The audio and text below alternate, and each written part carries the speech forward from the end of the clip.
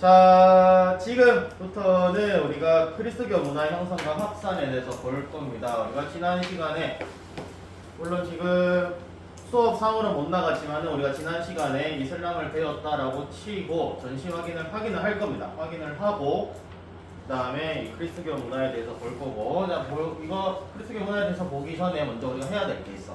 뭐지? 구독과 좋아요 알림 설정. 좋습니다.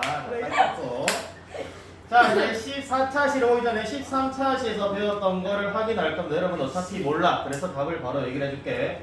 622년 무함마드는 귀족의 탄압을 피해서 신자들을 이끌고 미디나로 이동하는데 이를 헤지라라고 부릅니다. 이 헤지라를 나도 갑자기 생각이 안 나네. 이 헤지라가 일어나고 난 다음에 이제 이슬람교가 전국적으로 전파되게 되는 거죠.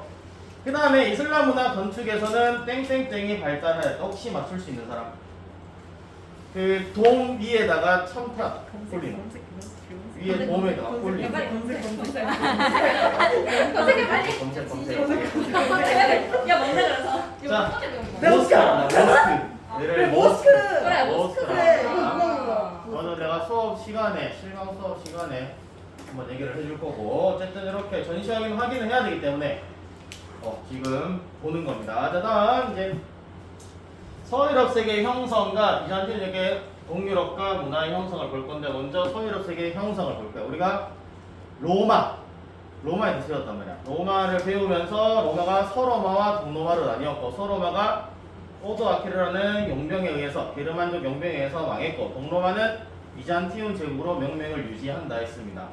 그래서 그 과정을 한번 볼 거예요. 어떻게 서로마가 멸망했고, 어떻게 동로마가 비잔틴 제국이 되었고, 그 다음에 여러분들이 알고 있는 영국, 프랑스, 이탈리아 이런 나라들, 독일까지 어떻게 형성이 되었는가 한번 볼 겁니다. 자, 이게 바로 학습 목표고, 그 다음에 잠깐만 이게 나오기 방송사고 나 틀렸다. 아 구독자 써도 돼. 구독자 떨어지고 있어. 아, 10명 됐다. 5명. 5명 이러네. 자, 게르만족 이동입니다. 북유럽 지역에 살던 게르만족은 로마 제국 전성기, 그러니까 로마가 한참 강성했던 시기 있죠. 빨간색 기억나니? 빨간색 전 유럽을 차지했었던 그 빨간색 시절에는 라인강과 다뉴브가 헝가리와 독일인가 지금 오늘날 요 위쪽 강유에서 내려와서 조금조금하게 부족 단위로 살고 있었습니다. 그러다가 4세기 말에 중앙아시아의 유목민족 세계 지도를 잇따라고 폈을 때 요 중앙아시아에서 계속해서 게르만족을 압박하던 애들이 있어. 바로 훈족입니다. 훈족. 흉노족이라고 생각을 하는데, 흉노는 여러분 다 기억이 나죠?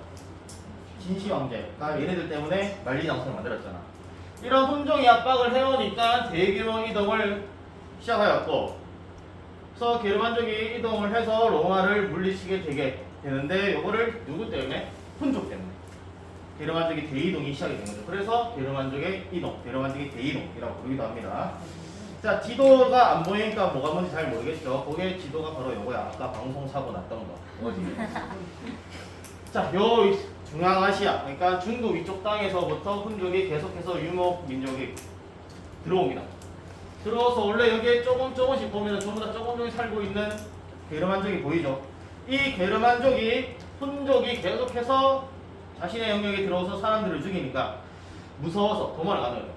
도망을 가서 딱 봤는데 오잉 소로마가 있네. 근데 소로마가 생각보다 약하네. 이미 나라가 거의 멸망각이 보이네. 우리가 얘네 멸망시키자.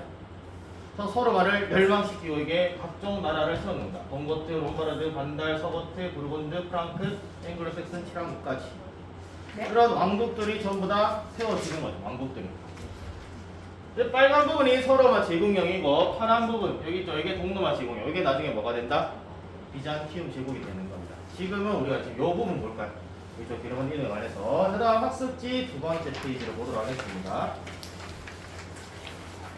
자, 프랑크 왕국의 성립과 발전입니다. 근데 게르만족이 세웠던 대부분의 왕국은 오래 가지 못해요. 이런 나라들. 아까 이런 나라들 있죠. 이런 나라들 굉장히 다 오래가지 못하는데 여기서 프랑크 왕국이 생각보다 오래 갑니다. 어떻게 오래 갈 수 있었을까? 바로 요 세 가지 이유 때문에. 요 세 가지. 빈칸이죠. 빈칸을 쳤고 얘기를 하도록 할게.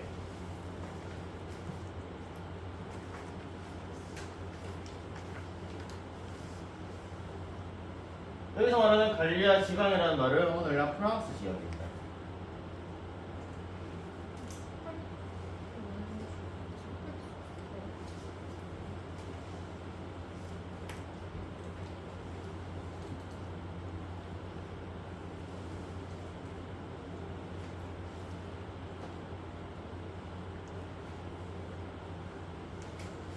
자, 다 적은 것 같고, 자, 첫 번째, 원주거지, 원거주지로부터 이동 거리가 짧아서 쉽게 적응할 수 있었다. 지도를 한번 보겠습니다.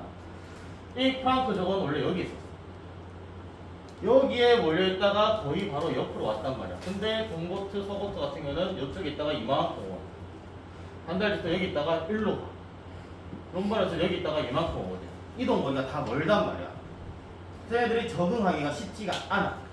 이 사람들은 기후도 다르고 땅에 적응하는 그 적응력도 다르기 때문에. 근데 프랑크 왕국은 여기서 바로 이쪽으로 왔어.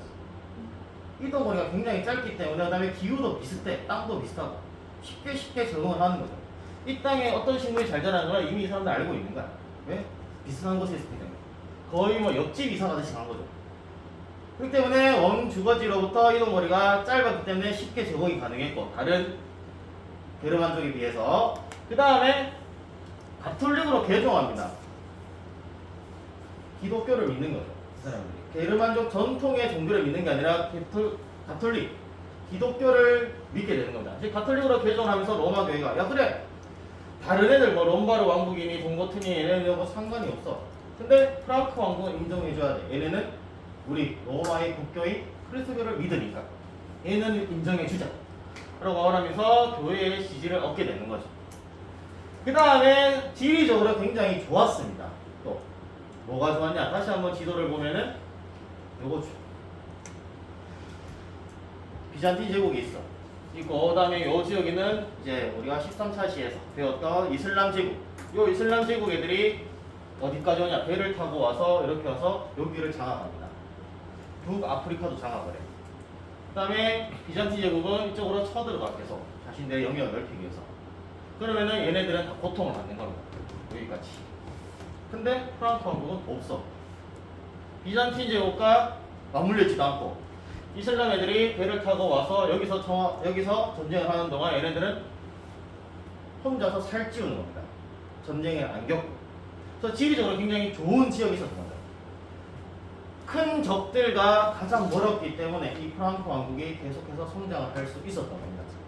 그래서 요 세 가지 이유 때문에 프랑크 왕국이 크게 성장했고, 이게 나중에 뭐가 되죠? 오늘날 프랑스가 되는 거죠. 프랑크 왕국. 그래서 이렇게 요 지도를 한번 보면 되고, 저희 프랑크 왕국이 서서히 성장하면서 메로빙거 왕조가 있어서 가톨릭교로 개종한 사람이 바로 이 사람입니다. 프랑크 왕국에서. 그래서 로마 교회에 지지를 얻은 사람이 바로 이 클로비스 왕이죠. 그래서 가톨릭교로 개종했고, 그 다음에 궁제시대. 이 궁제시대란 말은 왕이 아니라 왕 바로 아래 있다. 오늘날로 치면 국무총리가 정치를 담당하는 시대라고 보면 됩니다. 그 중에서도 샤를 마르테이라는 사람이 푸아티에 전투에서 이슬람을 격퇴를 합니다. 자, 이 전투에 만약에 졌으면은 이슬람이 계속 올라갔을 거야. 푸아티가 여기 있거든. 이렇게. 만약에 이 전투에서 이슬람 세력이 졌으면은 오늘날 유럽 사회는 토종이들 사회가 아니라 서양인들 사회가 아니라 이슬람 사회가 됐을 겁니다. 근데 이 전투에서 승리를 하면서 이슬람 세력을 밑으로 보냈기 때문에 요 우마이야 왕조로 딱 경계선을 잘랐기 때문에 오늘날 유럽 사회가 다행스럽게도, 다행스럽게까지 말하긴 뭐하지만은 서양인 국가가 되는 거죠. 그래서 푸아티에, 요거는 이제 13차시에서도 역시 봤을 겁니다. 여러분들 지금 시간상으로 봤을 거야. 그 다음에 카롤루스 왕조가 이제 들어섭니다. 국무총리가 차지했던 시대, 샤를 마르테 시대가 끝이 나고 카롤루스 왕조가 들어서게 되는 거죠. 그래서 카롤린과 피핀이라는 사람이 롬바르족 격퇴의 영토를 로마 교황에 바칩니다. 롬바르족 격퇴는 지도상으로 요지에 요 이쪽 지역 노란색 부분. 요 이쪽을 차지하고 우리는 뭐 그 땅에 대해서 필요가 없어. 우리는 이만큼 지금 잘 살고 있으니까 요거 누구한테 바친다? 로마한테 주는 거야. 가톨릭 교황한테. 이거 교황 땅 하세요 주니까 교황 입장에서 얼마나 예뻐 얘네들이. 그러니까 프랑스어를 좀 더 인정해 줄 수밖에 없는 거죠. 그래서 교황 애들은 가만히 앉아서 땅을 갖다 바치니 프랑크 왕국 애들이 너무나도 예뻐 보이는 겁니다. 자, 그러면서 이 TP는 로마 교황한테 좀 더 사랑받은 이유가 한 가지가 더 있어. 여러분들이 조금 이따 배우게 될 성상숭배 금지령. 요거는 이제 비잔틴 제국과 관련된 건데 이 성상숭배 금지령을 해서 비잔틴 제국과 로마 교황이 갈리게 됩니다. 갈리게 되는데 이 비잔틴 제국은 어떤 사회냐면은 종교와 정치가 일치된 재정일치 사회예요. 근데 로마는 종교는 있지만은 뭐가 없다? 정치력이 없어. 군대가 없단 말이야. 힘이 없거든. 이 힘을 누구한테 얻기 위해서? 피피한테 얻기 위해서 이 피피를 좀 더 이뻐하고 좋아해주는 거야. 그래서 피핀도 그에 대응해서 이제 땅을 주면서 교황령의 시초가 되는 거죠. 교황령이란 말은 교황이 가지고 있는 땅을 많이 얘기합니다. 자, 이렇게 프랑크 왕국이 서서히 로마 교황한테 눈에 계속 들면서 성장을 해가고 있는 상태. 여기서 카를로스 대제가 됩니다. 카를 대제라고 부르기도 하고요. 큰 황제다. 뭐 이런 의미고. 카를로스 대제라 부르기도 하고 프랑스 말로는 샤를마뉴 대제라고 부르기도 합니다. 그래서 영어가 좀 어렵죠. 영어 나와. 프랑스어 나와. 나중에 독일어도 나옵니다. 이르스테 뭐 이런 게 나와. 그 다음에 로마어가 뭐죠? 이 고대 이탈리아가 라틴어죠. 라틴어도 나온다는 거예요. 조금 복잡한데 그거다가 조금씩 쉽게 최대한 쉬운 영어를 쓸 수 있도록 노력을 해보겠습니다. 자, 그래서 롬바르족을 완전히 평정해. 이탈리아 북부에 있는 요들을 완전히 평정하고, 그 다음에 에스파냐에서 이슬람공에서 실패를 하긴 했어. 그렇지만 이슬람 세력에도 어느 정도 타격을 줬기 때문에 이슬람 세력을 스페인 지역에 머무르게 했었고, 그래서 그 시점에 대해서 얘기한 노래가 바로 롤랑의 노래가 있었다 정도만 알고 있으면 됩니다. 그 다음에 이 카를로스 대제는 뭘 하냐? 이 사람이 카를로스 대제거든. 이 카를로스 대제인데 이 카를로스 대제는 옛 소로마 제국의 영토를 대부분 회복합니다. 동로마는 이미 누가 있죠? 비잔틴 제국이 있어. 그렇기 때문에 걔네는 영토를 회복할 수 없지만은 어디 지역? 이탈리아와 프랑스 지역. 스페인 지역은 이제 이슬람이스트로 회복하고. 그래서 대부분 스페인 지역 빼고 대부분의 영토를 회복을 하는 거예요. 그러니까 로마 교회 입장에서, 교황 입장에서 얼마나 이뻐? 더 이뻐지는 거죠. 그 옛날에 찬란했던 로마 제국의 영토를 대부분 회복했고, 그 와중에 지가 잘났다 하는 게 아니고 교황을 좀 더 우쭈쭈 하면서 교황을 높여주기, 나를 높여주니까 진짜 예쁘잖아. 내가 종교의 수장으로서 교황으로 있는데 얘는 정치계의 수장으로서 나 밑에 있는 척으로, 밑에 있는 식으로 나를 우대해주니까 너무나도 이쁘죠. 그래서 뭘 한다? 800년에 로마 교황은 카를로스 대제에게 소로마 제국 재간을 주는 겁니다. 앞으로 소로마 제국은 그대 것이 하면서 황제 재간식을 해주는 거지. 로마의 명맥을 이어나가게 해주는 겁니다. 그게 바로 이 카를 대제야. 그러면서 로마 문화와 그리스교 문화와 얘네 자체, 프랑스 왕국 자체가 게르만족이죠. 게르만족 문화가 융합이 되면서 오늘날 유럽 사회의 문화 자체가 이때부터 시작이 되는 겁니다. 로마 플러스 그리스교 플러스 게르만족의 문화, 이때부터 시작이 되는 거죠. 자, 그 재간을 올려주는 그 그림이 바로 이겁니다. 교황이 카를 대제, 샤를마누 대제한테 왕관을 씌워주는 거죠. 그대가 앞으로 소로마의 황제가 되시오 라고 얘기를 하는 거죠. 자, 그렇고 이렇게 샤를마누 대제가 있었는데, 근데 안타깝게도 모든 역사가 조금 그렇게 흘러가는 것 같아요. 어떻게 흘러가느냐? 이렇게 좀 강력하게 왕권을 가지고 그 다음에 많은 활동을 했던 사람이 있다. 그러면 그 다음에 이 사람이 죽고 나면 항상 좀 거의 대부분의 역사가 분열이 돼. 그 국가가 너무나도 잘난 사람이 있었다가 그 사람이 죽고 나면 그만큼 그 잘난 사람을 뒷받쳐줄, 그 잘난 사람의 뒤이어갈 사람들이 나타나는 게 쉽지 않은 거죠. 또 프랑크 왕국도 마찬가지로 샤를마뉴 대제라는 사람이 죽고 난 다음에는 흔들리게 되는 거야, 나라 자체. 그래서 샤를마뉴 대제가 죽고 난 이후부터는 내분이 휩싸이게 되고, 메르댕조약, 메르센조약 을 가지고 카를로스 대제의 아들들이 프랑크 왕국을 서프랑크, 중앙프랑크, 동프랑크로 나누게 됩니다. 요게 그대로 이어와서 프랑스, 이탈리아, 독일의 기원이 되는 거예요. 이 순서대로. 서쪽은 프랑스, 중앙은 이탈리아, 동쪽은 독일의 기원이 되는 거죠. 그래서 이 프랑크 왕국이 분열이 되면서 프랑스, 이탈리아, 독일의 기원이 되었고 요거 발음이 좀 주의돼야 된다. 베르댕이에요. 댕. 왜냐? 나중에 어떤 조약이 나오냐? 베르댕 조약이 나옵니다. 댕댕이 할 때 그 댕이 또 나와.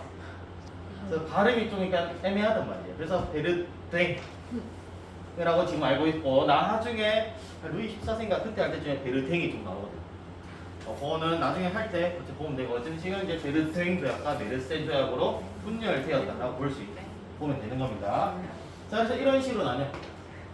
서프랑크, 중프랑크, 동프랑크. 오늘날 여러 지도를 봐도 대체로 거의 국경선이 비슷합니다. 프랑스, 독일, 이탈리아 이런 식으로 가게 되는 거죠.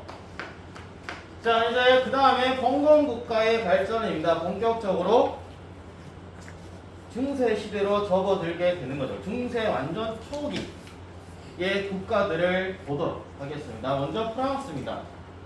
캐롤링거 왕조의 마지막 왕이 루이 5세가 사망을 하고 이제 위국 카페라는 사람이 있습니다. 이게 성이죠, 카페가. 그래서 뭐가 된다? 카페 왕조가 이렇게 성립이 됩니다. 새롭게 공화로 출해.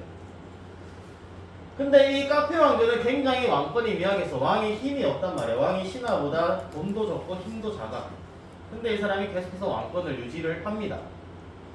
왕권이 미약한데 다른 사람들이 왕을 노릴 수도 있는데 어떻게 유지가 될 수 있었을까 하는 거는 유럽 사회는 왕에 대해서 막 그렇게 엄청나게 높게 생각하지 않아요.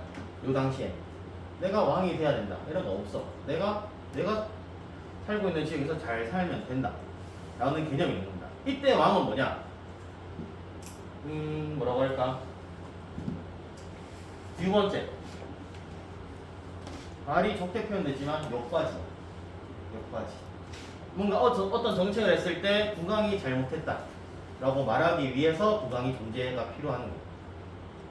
나머지는 국왕이 왜 필요하지? 나 국왕 안 될 건데 국왕 욕바지니까 너 계속해. 위국 카페 너 계속, 카페 하는데 너 계속해. 우리는 알아서 집안에서 잘 먹고 살게. 대신 우리가 하는 정책들의 욕은 네가 다 먹어. 네가 왕이니까. 그래서 이 위국 카페가 왕권이 미약해도 계속해서 존재할 수 있었던 거예요. 그러면서 또 교회가 위국 카페 카페 왕조를 더 지지하기도 했고, 왜? 프랑크 왕국을 이어서 프랑스로 연결되었으니까 교회가 지지하기도 했고, 그 다음에 왕자를 계속해서 생산을 해냈습니다. 이 카페 왕조에서 위국 카페의 아들, 그의 또 아들 계속 나와. 그러면서 오케이, 너는 계속 왕해. 잘 먹고 잘 살아. 그렇지만 너는 우리보다 힘이 약하니까 언제든지 죽을 수 있다는 거 생각하지 잊지 말고, 그 다음에 너는 어떤 정책에서 국민들이 불만이 있으면은 다 너가 욕먹으면 돼. 너가 계속 왕을 하라고 이렇게 주는 거죠. 그래서 왕권이 미약했지만 존속할 수 있었다. 카페 왕조가 라고 볼 수 있습니다. 그래서 프랑스가 굉장히 위태하게, 왕보다는 신하들이 좀 더 힘을 많이 가진 상태에서 위태하게, 그래도 몇 년이나 가죠? 400년이 나가. 400년 동안 유지가 될 수 있었다. 정확히는 뭐 340년, 50년 되지만은. 자, 그래서 이게 프랑스 국가 지역입니다. 카롤링과의 영역이 이 정도 있었으면은 이제 여기에 카페 왕국 이만큼 넓어지게 되는 거죠.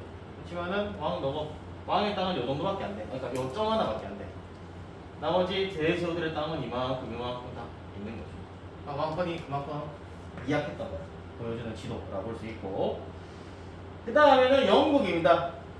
이제 영국이라는 나라가 본격적으로 역사 시대로 들어오게 되는 거예요. 물론 그전에도 있었긴 했지만은 본격적으로 역사라고 말할 수 있는 시대는 앵글로색슨족 칠왕국입니다.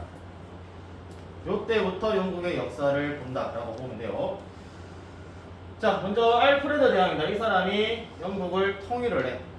앵글로색슨족의 칠왕국이 있었을 때, 앵글로색슨 칠왕국은 지도상으로 이렇게 이렇게 7개가 나눠져 있는데 이거를 통일을 하는 거죠. 누가? 바로 알프레드 대왕이. 자, 알프레드 대왕이 통일을 했는데 누가 들어온다? 영국. 지도를 전체로 지금 내가 그 지도를 준비를 못했는데 여기 보면은 덴마크라는 국가가 있어. 덴마크라는 국가가 영국을 계속해서 침범을 하려는 거예요. 걔네들이 대인족이란 말이에요. 그래서 대인족에서 침범하니까 평화협상을 맺기 위해서 대인노를 징수했고, 그 다음에 이 위탄 게무르, 요거는 국왕의 자문 기구로서 있으면서 나중에 의회의 가장 시초가 됩니다. 민주주의 하면은 영국이죠. 미국이 영국에서 민주주의를 받아왔잖아. 그럼 민주주의 의회의 시초라고 할 수 있는 위탄 게무르가 이 시대에 있는 거예요.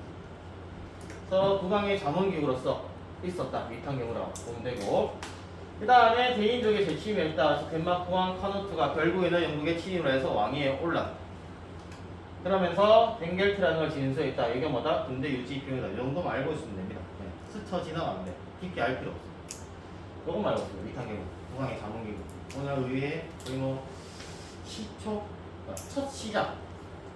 요 모습 그대로 오는 게 아니야. 나중에 또 의회의 시초라는 게 나오는데 그거보다 조금 더 이전에 그 모여서 회의하는 기구 자체를 위탄 게무르라고 해서 이거를 또 시초라고 보기도 합니다. 또 나중에 그에 대한 시초를 또 볼 거야. 그 다음에 중요한 건 이거죠.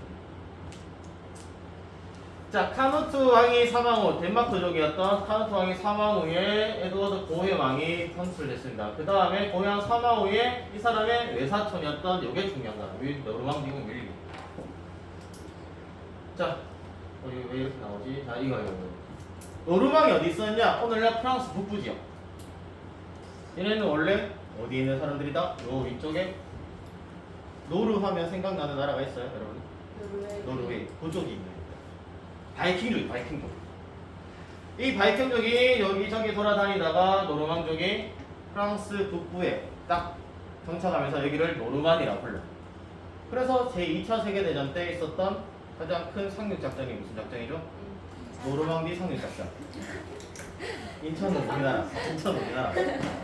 그럴 수 있어. 자, 이 노르망디군 윌리엄이 잉글랜드를 차지하기 위해서 들어가는 겁니다. 이거를 노르만의 영국 정복이라고 해요. 그래서 결국 영국으로 서들어와서 헤이스팅스 전투에서 승리를 하면서 윌리엄 공이 영국의 왕이 돼. 그러니까 영국 왕이 계속 바뀌죠. 알프레드 대왕이었다가, 그 다음에 덴마크족 카누트 왕이었다가, 그 다음에 또다시 노르망 출신이었던 윌리엄이 왕에 올라. 근데 백성들은 아무 상관이 없어. 왕이 누구로 바뀌는, 왕중에 어떤 계보를 일든 왜? 왕은 별로 중요하지 않던 이 시대에. 그래서 노르망의 영국 정복이었고 정당의 계승자를 자처하면서 영국은 그 이때까지는 봉건이라는 제도 자체가 없었다는 거예요. 이 봉건 제도에 대해서 나중에 한번 볼 건데 이 대륙식 봉건 제도가 이제 영국으로 들어오게 되는 거죠. 지금 봉건제를 설명하면 좀 얘기가 길어져서 봉건제는 조금 이따가 집중적으로 한번 보도록 하겠습니다. 그래서 이 윌리엄은 국왕의 내가 그래도 왕인데 앞으로 왕권을 좀 더 강화시켜서 백성들한테 왕의 위엄, 왕의 모습을 신하들한테도 백성들한테 보여줘야겠다 하면서 솔주리세야, 국왕의 충성하는 서약을 만들었고, 그 다음에 등수대이국, 토지대를 만들어서 백성들의 땅을 다 조사한 다음에 세금을 잘 걷기 위해서 이렇게 만드는 거죠. 그래서 왕이 어떤 식으로 계보가 있든 상관없는 시대가 왔는데 이제 노르만의 영국 정복 이후부터는 왕이란 게 이런 사람이구나, 왕이란 게 이런 존재구나 라는 게 서서히 싹트기 시작을 하는 거죠. 그래서 노르만의 영국 동맹이 생각보다 좀 중요한 거죠. 자, 윌리엄의 모습은 그림으로 그렸을 때 요거. 이 사람이 바로 윌리엄입니다. 보면 되고, 그 다음에 독일입니다. 독일은 프랑스, 그 다음에 영국도 좀 뒤늦게 도입이 되긴 했지만 어쨌든 그런 국가들보다 이탈리아나 프랑스나 영국보다는 약해. 뭐가? 봉건제가 약한 겁니다. 그래서 비교적 약한 봉건제가, 그 다음에 마자르족, 오늘날 헝가리 사람들이라고 보면 돼요. 헝가리 사람들이 침입을 하면서 독일은 굉장히 점점이 있었단 말이야. 지방에서 점점이 있었는데 야 우리도 계속 외적이 침입해오고 그 다음에 우리가 봉건제가 너무 약하니까 국왕이 필요하지 않겠니? 라고 이 점점에 있었던 다른 제후들이 힘을 모은 말을 모은 거야. 그래서 통일 군주가 필요하겠네 라고 생각을 해서 결국에는 작센고 작센 지역에 있던 이 사람 하이미 1세를 왕으로 세우면서 작센 왕조가 성립이 되는 겁니다. 어렵죠. 프랑스와 영국은 사람 이름 따서 무슨 왕조였는데 얘네들은 지역 이름을 뒀다 이거예요. 원래 같으면 뭘 해야 되죠? 하이미 왕조가 돼야지. 이 사람 이름 따서. 근데 얘는 또 지역 이름 딴단 말이에요. 그래서 이렇게 좀 중구난방이 수업을 하고 있다라는 거죠. 세계사가. 자, 어쨌든 하이미 1세가 등극해야 되고 이제 하이미 1세 아들이었던 오토 1세. 이 사람은 뭘 만드냐? 신성 로마 제국을 건설합니다. 새로운 성 로마 제국을 만들어버리죠. 자, 그러면서 이 마자르족이 침입해서 점점이 있었던 독일 지역에 있던 제후들을 괴롭히니까 이제 강력한 왕이 등장했죠. 로마 제국이라는 걸 다시 건설할 만큼 강력한 왕이 등장을 해서 마자르족을 격퇴를 시키고 이 마자르족을 격퇴시킨가 얼마나 잘한 일이야. 독일 그 군주들, 독일 제후들 입장에서. 그래서 독일 제후들이 오토 1세를 좀 더 높은 위치로 올려야 된다. 이 독일에만 있으면 안 된다. 라고 막 띄워주는 겁니다. 띄워주니까 오토 1세가 어디까지 진군을 하냐? 바로 로마까지 진군을 하는 거예요. 이제는 마자르족은 별로 필요가 없어. 지도상에. 지도가 나오나요? 그 마자르족이 있고. 얘네는 이제 별로 위협이 안 돼. 그 다음에 내가 조금 더 신성 로마 제국으로서 제국의 황제로서 인정을 받으려면 어쨌든 간에 누구의 인정을 받아야지? 로마 가톨릭 교황 인정을 받아야 돼. 그래서 로마로 진군해서 교황으로부터 다시 또는 아니지. 왜 또 다시란 말이 나오지?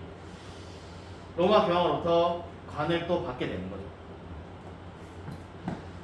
이때부터 162년 전 800년에 프랑크 왕국의 샤를마느 대제가 재관을 받았죠. 서로마 제국 재관을 받았단 말이야. 그로부터 세월이 흘렀어. 162년이 흘러서 그 재관이 어디로 가게 된다? 독일의 오토 1세로 가게 되고 신성 로마 제국이라는 것이 생겨나게 되면서 로마 제국이 또다시 부활했다 라게 되는 거예요. 샤를마느 대제가 재관을 와서 서로마 제국 황제를 이었는데 그게 명맥이 유지가 안 돼. 안 되다가 세월이 많이 흘러서 150년 정도 흘렀으니까 많이 흐른 거죠. 여기에 다시 누구에 이어진다? 오토 1세한테 이어지게 되는 거예요. 그러면서 독일의 국왕은 뭐가 된다? 로마 제국을 계승한 황제가 되는 거예요. 신성 로마 제국의 황제 하면 오토 1세가 되는 겁니다. 그래서 신성 로마 제국이 이렇게 만들어져. 작세는 여기 있고, 지역은 여기 있고, 신성 로마 제국이 이렇게 만들어지게 되었고, 이거는 로마 교황의 모습. 이 신성 로마 제국은 생각보다 꽤나 근현대사까지 이어집니다. 1860년대까지 이어져. 이때 만들어집니다. 생각보다 오래 가죠. 근데 지금 이렇게 봤을 때는 이렇게 큰 나라 하나의 황제니까 힘세 보이겠지. 하지만은 세세히 지도를 들여다보면 이게 다 분열돼 있어. 전부 다 힘 있는 지방의 제후들이 계속 남아 있는 거죠. 그런 것들을 모아서 신성 로마 제국을 만들었기 때문에 엄청나게 강력한 왕권까지는 아닙니다. 이 신성 로마 제국의 황제가. 자, 이렇게 되고 그다음에 피르스테이나 대귀족층 형성이 그래서 형성이 되는 거예요. 지역 단위로 조그만 귀족들이 모여가지고 대귀족층을 형성을 하는 거지. 자, 그래서 프랑스, 영국, 독일에 대해서 한번 봤습니다. 봤고, 그 다음에 이탈리아는 나중에 이탈리아만 또 따로 할 거야. 이탈리아에 대해서 로마 교황 플러스 해가지고 이탈리아만 또 따로 할 거니까 중프랑크 어디 갔지? 라고 생각하지 말고 나중에 한 번 더 이탈리아 좀 더 내용이 많기 때문에 따로 짚어줄 겁니다. 자, 그렇고 여기까지만 보고 자, 여기 찰리르 왕족 뒤에 나오고 미니스테리아레스 뭐 왕권의 설명 관심 기장 있어요. 이 정도는 그냥 스쳐 지나가면 됩니다. 이런 게 자료 소개용이다. 지금 우리가 가장 중요하게 배워야 될 거는 알아야 될 거는 오토 1세다. 신성 로마 제국을 만들었다. 이걸 알고 있으면 되는 겁니다. 그 다음에 노르만의 이동까지 보고 일단은 수업은 여기까지 하도록 하겠습니다. 노르만 이동까지만 보고 자, 노르만 이동. 9세기 말부터 유럽으로 이동합니다. 지금 오늘날 노르웨이, 핀란드 요 지역 있죠. 요 지역에서 여러분들이 한 번씩 다 타봤을 법한 뭐지? 바이킹. 바이킹족이에요, 바이킹족. 네. 배를 타고 전 유럽으로 막 뻗어나갔어. 여기서부터 시작해가지고 여기도 갔다가 여기도 갔다가 여기도 갔다가 막 가. 그래서 나폴리 왕국 세우고 시칠리아 왕국 세우고 노르만디 공국. 얘네가 영국으로 쳐들어와서 윌리 왕국이 영국 왕이 되죠. 그게 노르만의 영국 정복이 되는 거고. 그 다음에 여기서 동쪽으로 와서 노브고로트 키예프 공국을 세우면서 오늘날 뭐의 기원이 된다? 러시아 국가의 기원이 되는 나라를 세운다. 그래서 노르만의 이동이 9세기 말에 굉장히 중요한 거죠. 그래서 이런 국가들을 만들었다. 라고 보면 되구나. 노르만 이동도 굉장히 좀 중요하게 다뤄야 될 필요성이 있는데 교과서에는 없어요, 여러분. 교과서. 그래서 내가 이제 넣은 일부러. 노르만 이동도 굉장히 중요하죠. 러시아가 기원이 되고, 그 다음에 나폴리 왕국, 시칠리아 왕국의 기원이 되고, 그 다음에 이 노르만디 공국. 이거는 없으면 안 되잖아. 영국 역사를 보려면. 영국의 노르만의 영국 정복. 이것 때문에 꼭 필요한 부분이기 때문에 내가 이 부분을 가지고 와서 여기까지 한번 설명을 해봤습니다. 자, 그래서 봉건제 내가 아까 자세하게 설명한다 했죠. 봉건제는 다음 시간에 시행을 하도록 하겠습니다.